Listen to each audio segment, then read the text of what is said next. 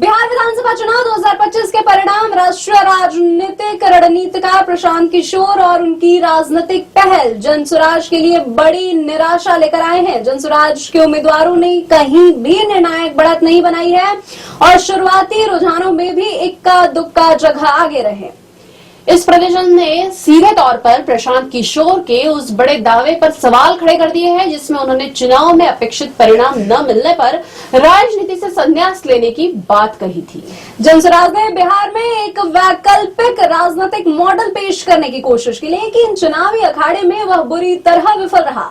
अधिकांश उम्मीदवारों की स्थिति इतनी ज्यादा कमजोर रही कि उनकी जमानत तक जब्त होने की आशंका है। जनसुराज की रणनीति पदयात्रा, बुद्धिजीवियों के साथ बैठकें और स्थानीय समस्याओं पर फोकस करने की थी।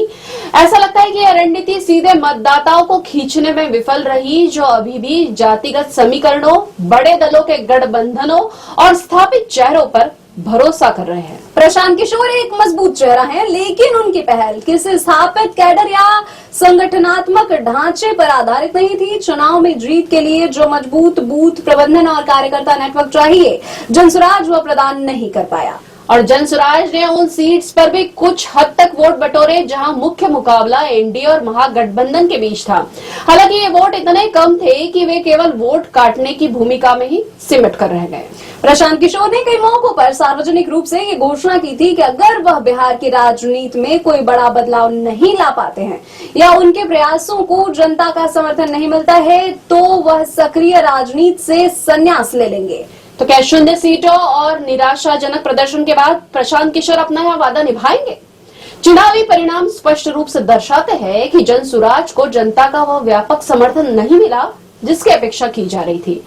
अब यह देखना दिलचस्प होगा कि प्रशांत किशोर अपने इस निराशाजनक प्रदर्शन का कैसे एनालिसिस करते हैं। क्या वह इसे विफलता मानकर पीछे हटते हैं या अपनी पदयात्रा को अगले चरण के लिए एक आधार मानते हुए अपनी प्रतिज्ञा से मुकर जाते हैं।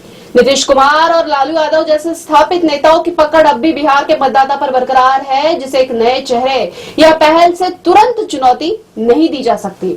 जनसुराज का यह प्रदर्शन प्रशांत किशोर के राजनीतिक करियर पर एक बड़ा प्रश्न चिन्ह लगाता है।